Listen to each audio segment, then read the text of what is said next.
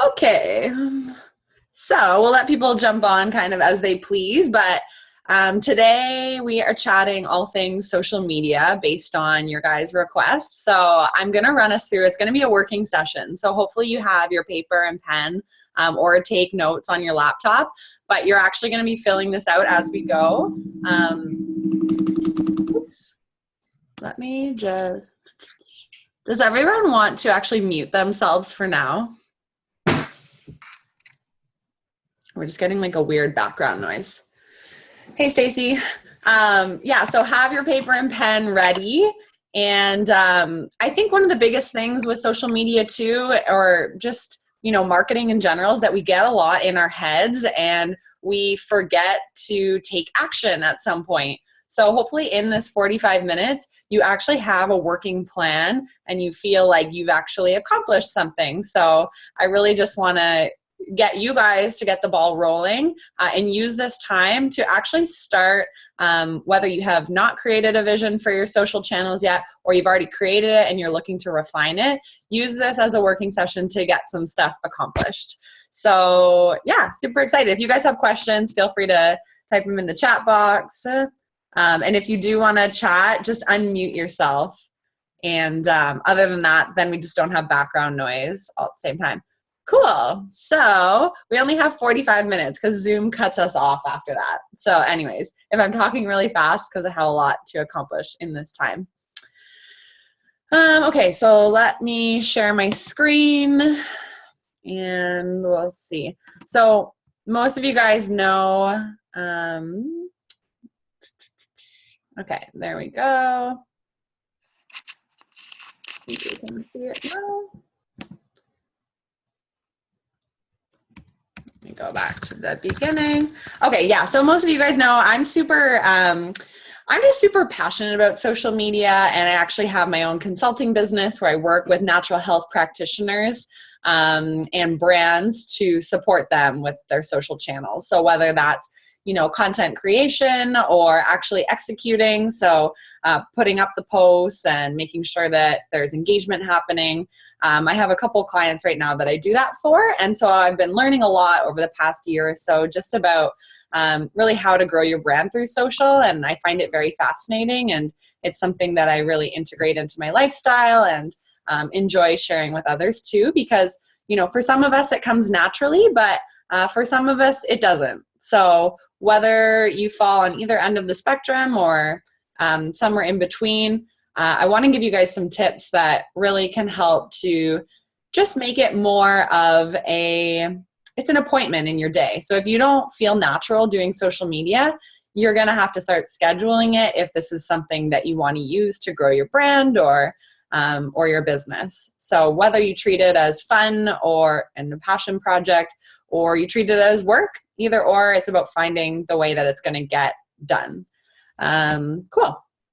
So why do we want to build our brand through social? And this is all a lot of my personal reasons and how I feel about it. You guys might have your own reason why you want to do it. But first of all, reaching a global audience. So as I chat through this webinar, I'll mention obviously our doTERRA business a lot, but I want this to be applicable to any other respect in your life or business that you might be using social for. We can reach a whole global audience. So no longer do we have to, be confined to the people in our neighborhood or, the people that we work with. We can literally tap into people in other countries. And you've probably heard stories about people who attract builders from, Australia or New Zealand or wherever it is because they found each other online, which I think is really cool. I read a lot of blogs online and I feel very connected to people's brands who I've never met and maybe I never will meet, and they're across the country. So they're able to sell me something based on what they've posted online, which I think is very cool. And most of you guys know I met my roommate for a convention this past year through our doTERRA Facebook groups, and she was from Australia. So really, really cool opportunity. Obviously no time barriers, so you can do social while you're lying in bed, before or after your full-time job, from the comfort of your home. And I really do believe that there's a way to be authentic online. It doesn't have to be salesy. Some people have very pitchy accounts, but you can really share yourself authentically. And people, before they even meet you, will feel very aligned with your vision and be more likely to purchase from you. So, and finally, it's fun. If you enjoy it, it can be a great time to, it's your story. It's your online story. So very neat. Let me just move that up here. So secondly, I just want to share with you guys that social media and the way we share and sell is not meant to make you feel sleazy.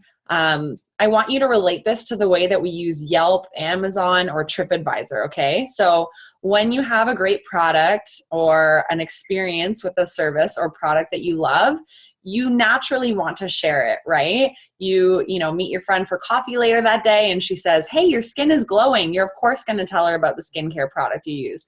Or, hey, I love your new winter boots. You're going to say, yeah, I just grabbed them from the store down the street. So when you find something that makes you thrive, and for you guys, that is doTERRA. I know you guys have amazing successes and stories with our skincare line, with our essential oils, with the touch kits. You have something that you love, and it's no different than logging onto TripAdvisor after a Mexico vacation and writing a review and sharing authentically so that others, feel inspired to do the same. So anytime you feel maybe a bit uneasy about posting on social media, just think about it that way, okay? When you go onto Amazon, do you read the reviews? Yes. Are you happy that someone reviewed a product? Yes. So, do it in that authentic way, and people will find so much value in what you've posted. So that's why here on the last line, I just say, push past your fear, shame, and hesitation. I think a lot of us have this kind of wall up with social, and we don't want to sound like a sleazy car salesperson. You don't have to. Find a way that it clicks with you and that feels natural for you. You're just sharing your lifestyle, and other people are inspired by that. Cool. Let me flip over. Okay, so the one biggest thing, I was listening to a podcast this morning, and this really stuck with me, and I had to put it into the webinar. I think one of the biggest things is that with social, your platforms, whatever, don't overthink it and act quickly. So I had struggles with this last week. I wanted to launch a new Instagram account for essential oils specifically, which I did. But I had been overthinking it for months. And at a certain point last week, I put it on my to-do list and I said, by the end of the day, I'm going to hit go and advertise this and share it with my community. So I was going to post it on my personal Facebook, on my personal Instagram, and I did. I just did it. So I knew it would never be perfect, not the way I want it, but you got to start acting quickly, because when you don't do something, someone else is going to come along and potentially launch their, channels before you and capture the market that you should have had a piece of. So I would say just go for it. You're always going to be refining it. You've got to get something up just as a base. And as soon as you do, then you can worry about, making it perfect and changing it. But really, it's about taking action. Okay. Final thing before we dive into our actual working session and we'll get writing. Choose your platform. So don't go on all platforms. There's no point. Choose the ones that feel best for you. Where is your community hanging out? If you are a mom, I notice a lot of moms using Facebook predominantly. If you are a millennial, Instagram seems to be really great because, we're spending a lot of time on there and trying to get away from Facebook a bit. Or perhaps it's Snapchat. Do you love sharing stories? So don't do them all. Pick and choose what platforms you want to use. Personally, I use Facebook and Instagram because that's where I see the most return. Those are the ones that I think are growing and will continue to live on past every other platform. But that's just what I see and where I choose to focus my efforts. Does anyone have any questions on that? If you do, feel free to just save them up for the end if you want, or you can unmute yourself. Okay. I'm going to jump forward. So grab your pen and paper, and let's get right into it. So my goals for you guys by the end of this is to have a comprehensive vision for what your content is going to look like and what the purpose behind your social media is, so that you can take action starting this afternoon and really feel confident in what it is that you're sharing. So whether you choose to type this out, write it out, it is good to jot it down on paper. So first off, and this is meant to be quick, okay? We're not mulling over this because it's action. Let's go. What are the top 3 things someone should know about you? And I want you to relate this to the business that you're using your social media for. If that's strictly doTERRA, let's talk doTERRA talk. If this is your lifestyle brand, think about it more holistically. So jot this down. What are the top 3 things someone should know about you? I'm not trying to mislead you with this question. It's very open-ended.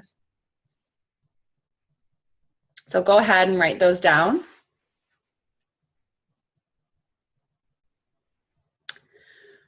For example, if someone asked me that right now, today, I would probably say that community is extremely important to me. That's it. Like, that's number 1 for me. That just pops into my mind related to my business and my brand right now.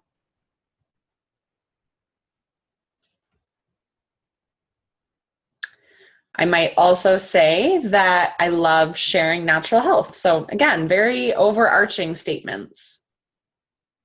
Top 3 things someone should know about you.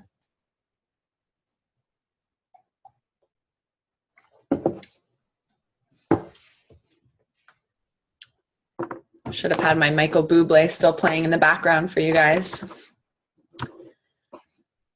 Okay, let's move on to question 2. So that one's done. Who is your target audience? And I want you to write 3 points on this. Who is your target audience? And it's okay if it's, a really large group of people, or maybe you already know your focus. Who are you connecting with? Who's reaching out to you? Who do you love teaching? Where do you love hanging out? If you love hanging out at, your kid's school or at, the gym, like, think about that. Not only will this help us determine, which platforms that we want to be on, it's also going to help tailor your content to that specific audience. So get those down. I met with a personal trainer this morning who was trying to launch her brand.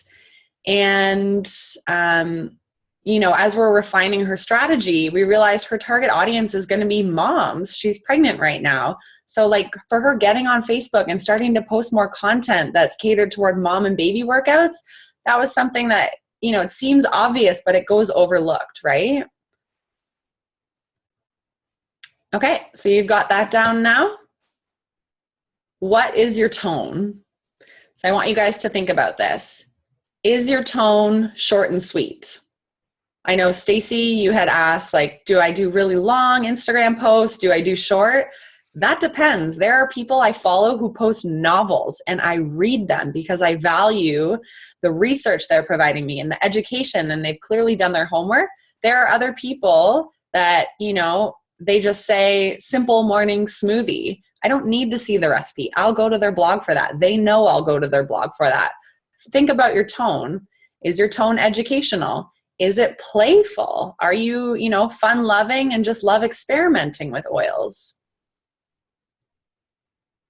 Are you warm and cozy? Do you want it to feel very raw and vulnerable? Some people, they share their soul on social media. And sure, some people don't want to read that or say oh, that's so weird that she poured her heart out about her divorce or whatever. But hey, people connect with that, right? Because there are a million divorced people in the world. So maybe we need to hear about that. What is your tone? And it doesn't have to be 100% consistent. You can flip-flop back and forth. But overall, are you an overshare? Are you an undershare? It doesn't matter. You just have to find what feels good.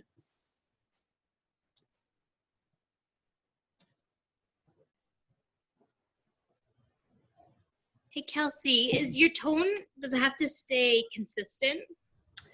Yeah, so I say no, because there are going to be days when you're really happy versus really sad and feel like you should be vulnerable. I more just want you guys to write down a few things so that you have something to go off of when you feel stuck with your captions.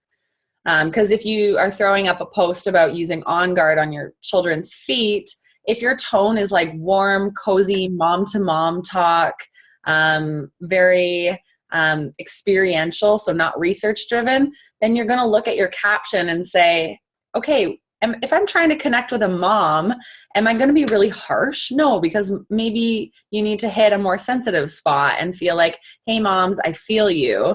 But maybe you find research the next day on oils and you're going like hard into it. I just want, there should be consistency, but it doesn't have to be 100%. Thank you.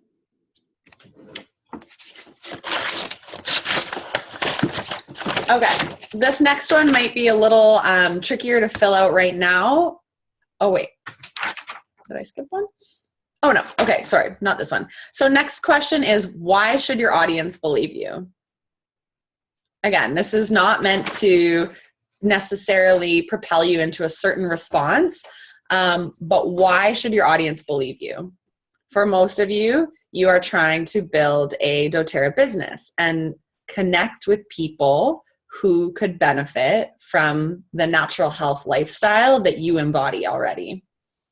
So knowing what you're trying to accomplish and this huge vision that you guys have, why should people believe you?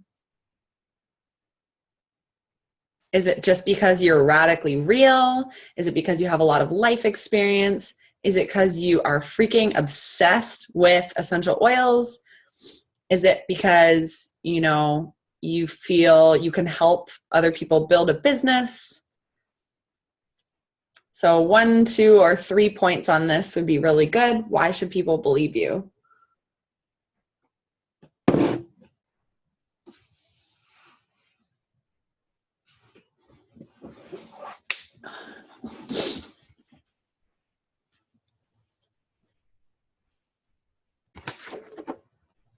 Okay, we are going to move on from that one. So you guys know, if you've ever been in business before, that you often do a SWOT analysis, so strengths, weaknesses, opportunities, threats. You usually look at your competition. So I want to know, what resources, inspiration, competitive analysis will you do in order to find maybe what's working for other people or what's really popular right now. So for example, when I was meeting with this personal trainer this morning, I was telling her about this girl who's built this huge online community called BBG. It's Beach Body Guide or Bikini Body Guide. And there's millions of people who follow this online and they post about it. And she had never heard of it. And I'm thinking, that is your biggest competition. This girl has 220 million followers on Instagram. She's selling hundreds of thousands of dollars every day. And yes, she's very different from you because she posts like, nudies of herself in her bikini, but she's doing something right for the personal training industry to make money and passive income online. What is she doing? Is she hashtagging like hashtag fitness community? Is she, posting really bright and cheery photos of food and fitness? Like, jot down a few things that she's doing well. I don't want you to be her, but like, what is she doing, right? Or, are you going to look to the doTERRA Living magazines for like recipe ideas and inspiration? Will that be like a monthly thing in your order because that propels you to, share unique content? So I just want you to write down either resources or inspiration. Maybe you have a Pinterest board that every day you post one variation of one of your pins. Who's doing it well? What's going to help you to do it well? So this is, I guess, kind of two different pieces, your competitive analysis and your resources and inspiration that you'll pull from.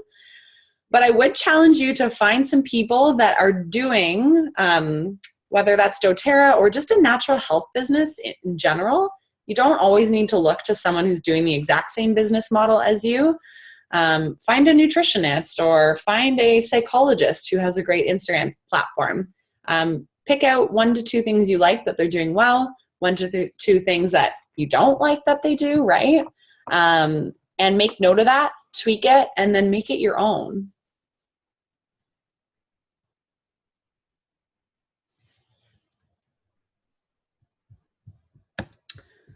Okay, next up is the part that a lot of people hate. I treat social media as, I love social media. It's my passion. I share very naturally with when I find things or just midday, but it is a job. So I often post once a day because it's a calendar appointment for me, and I treat it as a marketing tool. It takes me 2 minutes to throw up a post most times. And so when people say, oh, you post a lot, or how do you get this? I'm consistent. I treat it Monday to Friday. I post once a day. Like, that's just, how I treat it. You don't have to, but consistency is important, I think. So people know when to expect. It's like I subscribe to podcasts on my iPhone, and most podcasts, they come out on a weekly basis. I know that every Sunday night to Monday morning, I get my Rich Roll podcast landing in my inbox. So I know that it's there. So when I go to my Monday morning workout, I'm there. I'm waiting for it, right? So consistent actions create consistent results. So how often are you going to post? And is there a when for you? When is your community online? For, a millennial, oftentimes they're online in the evening, scrolling before bed. If you're a gym rat and you're, there every morning at 7 a.m., I'm going to post at 6:30 a.m. if I'm a personal trainer, because you're scrolling Instagram on your way to the gym, or when you're lying in bed trying to get to the gym and need motivation. So when makes sense for you guys?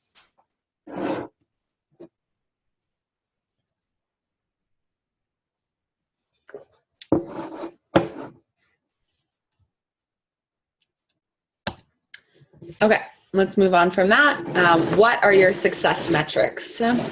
So not that you have to track, like I do month-over-month reporting for clients. I don't do it for myself necessarily, but I do have goals that I set out in my monthly goal sheet for doTERRA. So I'll have a piece of that be my social media goals. But what are your success metrics? So is it to make sales? Do you want to make 1 sale a month off your social media posts? Because if you do, and it comes to the end of the month, you're going to have to start, pitching a little harder. It's like meeting your commission goals. Like if you have a goal set for yourself, you'll likely push a little harder to get there. Is your goal to just educate? Is it to share and really give value for the first 6 months, and then see the return and make sales once people trust you? Is it simply to, get over your fear? Maybe it's in the first month or 2 just to become less fearful of posting. So maybe in November, your success metric is just sharing your story 1 time online. Maybe it's growing followers, right? I know it's not necessarily quantity of followers that really matters, but perhaps that is important for you as a base. Maybe you want to grow 10% month over month. Figure out what 10% growth is on your current followership and try and achieve that.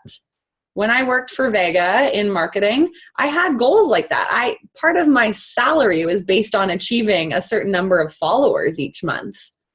So you better believe that when it came to end of month, I was on Instagram, scrolling, liking, commenting people, like putting in that extra action because I needed that number in order to get my bonus.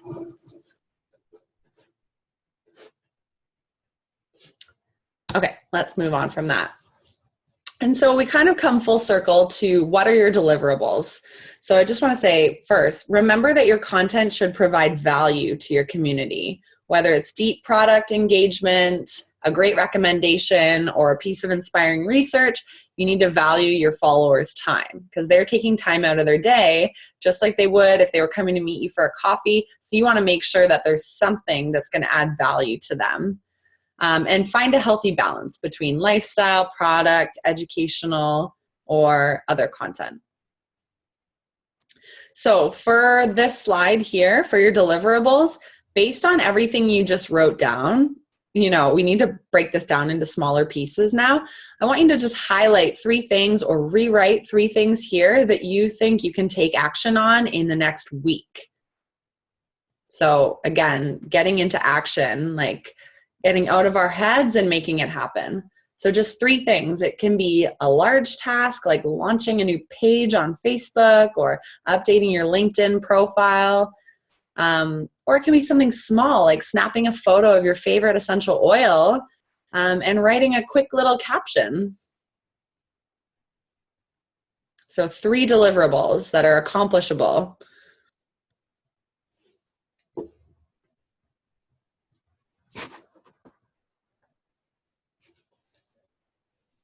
And I know we're going through this really fast, but again, it's almost a blessing to have a 45-minute time limit because we could talk all day and that, but I want to make sure that you guys, you know, have lots of time after this and that it doesn't have to be so complicated is I guess what I'm saying about it. Okay, so wrap up. If you want, you can book another session with me. And we're going to have lots of time for Q&A now, obviously. You can book another session with me if you want. I'm always happy to chat about social media. Don't forget to use hashtags. Tag other people. Use your location on Instagram and Facebook. Show people where you are. Because if you're in Toronto or if you're in Muskoka, let them know, right? So they can find you if they're in the same area. And keep a consistent look and feel. Also, book a 2-hour photo shoot with your iPhone. So I want you guys in natural daylight using a top-down approach because that is one of the best things on Instagram when you take a photo like that over like a nice wood cutting board or something and grab some stock images that you've created for yourself. Okay, and this is for the recording, ways you can connect with me. So that is it. We're going to do total Q&A for the last 15 minutes. And chat about what you guys found through this and any questions that you have related to social media in general. Because I know there were lots of questions. I forgot to write them down actually from our Facebook page. But I hope you guys found a little bit of value in that exercise. So you can unmute yourself if you guys have questions.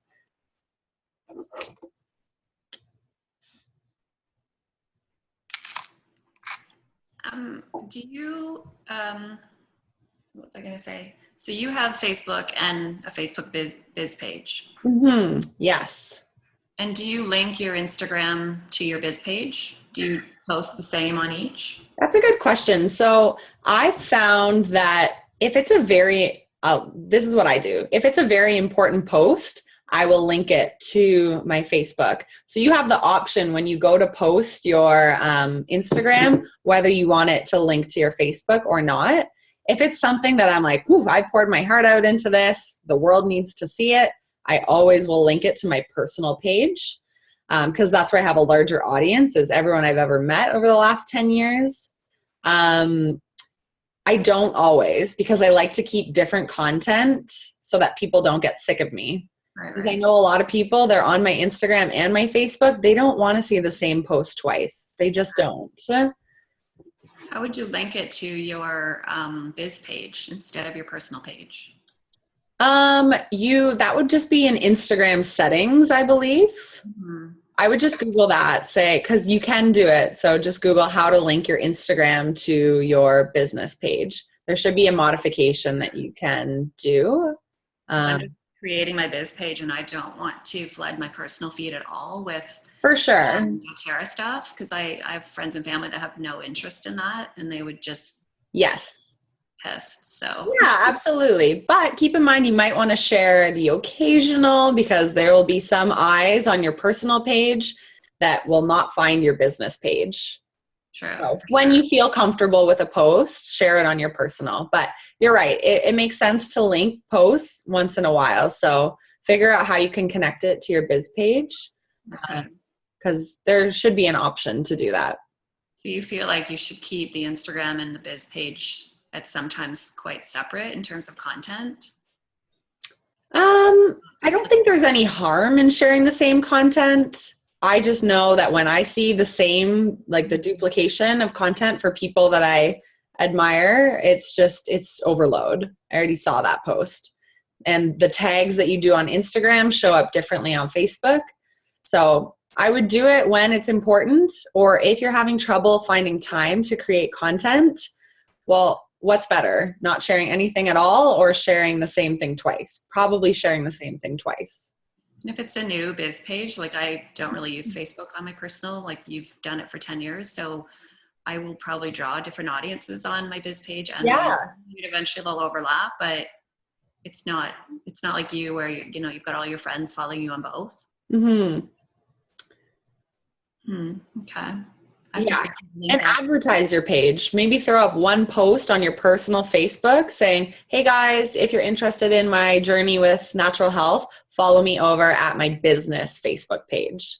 Okay. Have to share and send people across your platforms. On your Instagram, say, follow my, blah, blah, blah page for more info. Send people to what platform you want to see them at. They're not going to find you magically.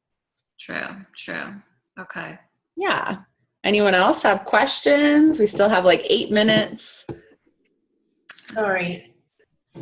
So you're saying on our personal Facebook page, maybe create a post just saying, if you're interested in more natural health with essential oils, follow me at my biz page. Exactly. Yeah, because people on your personal Facebook, you likely have a wider audience there. It's anyone you've ever connected with at school or whatnot. They're not going to find you magically on your business page. You have to send them there because you're going to get someone that's like, oh, wow, like Carrie's doing doTERRA. I've been wanting to get involved in that. And then you're sending her to your page so she can like your page and follow the rest of your journey there, because you just said you're not going to post or flood your personal page with Instagram or with posts. Do you think that your biz page and your Instagram should have the same handle? Consistency is important. Yes. Do they have to? No. So do you have a biz page, or do you do Facebook only on your personal? Like, is everything? I have a business page. It's just facebook.com/Kelsey Rydell community. So it's separate from your Kelsey Rydell. Yes. Like I have a personal and a business page. You don't really use it? You stick to personal? No, I use my business page for sure. Okay. Yep, I post to it. I do get neglectful of it. I find Instagram's just maybe a bit more successful, but I like Facebook for posting events that I have coming up, or you can, get people to subscribe to your email newsletter and things that aren't like visually that nice. You can post text-rich content on Facebook, whereas on Instagram, it's more photo driven. Right. So you won't, the Visionary Essentials, your new name on Instagram, you won't make that part of your biz page? Well, that's a good question. I need to refine my branding now because I just launched Visionary Essentials. So I might now tweak my Facebook to match that. So just change the name? Exactly. Yeah, you can always change your handles, the name of them. It's quite easy. Okay. And the quick Google search will show you how to do that. Okay. Yeah. Kelsey, the only way to get people to like our page is to invite them, or if it lands in their inbox, right? Yeah, exactly. So the only other method to get more eyes is to continue to post content, and optionally you can pay money to boost your posts on Facebook. So that's something I do for a lot of my clients. Is Facebook is a pay to play platform, and that's why I love it, Facebook a lot, but a business page is not going to get as many eyes as your personal feed, right? So it's a pay to play. You can put money into your platforms to boost it and get more eyes on it. And that way more people will like it. Right. Okay. I've done that. Okay, cool. Yeah. And if you need advice, I'd be happy to do a session of, how to boost a post and what works and what doesn't. Yeah, I have no idea how to do that. How do you pay? And That's a whole other thing. It's a simple button though. You'll see it on your business page. You can boost post, which is a pay. So you click that and then there's a way to pay. Yeah. You just want to make sure that what you're sharing has a great photo, the text is simple, there are tips to get more eyes on it. You target your audience. Yeah. But we won't dive into that too much just because it's a whole other beast, I would say. But it's not hard. Mm-hmm. Kelsey, is there value in contesting? Like, I'm just curious where you stand. For my clients, our top performing posts are always contests and giveaways. So when you're going to do a contest or a giveaway, I would pay to play on Facebook. So boost that post. Make sure the image is amazing. You don't have to put a ton of money into it, but contests and giveaways work. If your goal is to get more likes, part of the contest is that they have to like your page on Facebook. If it's to get more eyes on it, they have to share it. So there are different ways you can run a Facebook contest, but a giveaway works magically. People love free stuff. So for you, Stacy, like with your diffuser bracelet business and that, it's a great spot to do a contest or a giveaway. Okay, thank you. Yeah, those have always been our top performing posts with my clients. It's funny to look back through the 6 months that I worked for some of them and see like, you know, where the best content is that has the highest reach. And yeah, it's always the free stuff. Can you do it too often? Yeah, definitely. I think a contest would lose its feel, but once a month is probably a good target if you have, you know, the stuff to give away that often. Cool. So then that's worldwide, right? So if she has bracelets that she makes and it's someone in Australia, you ship that off? I don't know, Stacey, do you ship to Australia? We've had requests from Australia, but then when they find out the shipping, they don't want to buy it, which is actually only $15. Okay. I think is not bad, but But yeah, if- we're getting people worldwide now, but I don't want to get stuck shipping to a winner in Australia, I guess. I don't know. I'll have but to figure it out. Right? So how do you avoid that? I don't know. Anyway, it's all new to me. Sorry, I missed the question. Well, it's anybody can do it on Facebook. It's worldwide, right? So any winner could be anywhere. So that's the chance you take. Yeah. We maybe would have to say it's only open to like Canadian and US residents. You can say that, yeah. Fine print, Canadian residents only, or whatever you want. Yeah. It's one thing if it's something from doTERRA and you could ship direct, but it's another thing if it's your own product. Mm-hmm. It's all I'm just learning tons. There's a lot to know, I know. I've never been a Facebook fan, so I've got so much to learn, but Yeah. Well, as we wrap up, guys, feel free to message me. I'm sorry to keep this so short, but we're all going to get booted off anyways. This is totally my passion is integrating social media and natural health. So yeah, reach out to me anytime with questions and be happy to support you guys. Thank you. Thanks, And Kelsey. you can throw more questions into our Facebook group, guys. So I'll answer those over the next few days while we're still there. can we email you and then do a session? Like, do you charge or what do you do? Yeah, if you were on my team, I won't charge, but someone who's not, I would. Okay, perfect. So email me and we can chat. Okay, you guys. Thanks. I hope that's helped, and review your strategies that you just wrote down.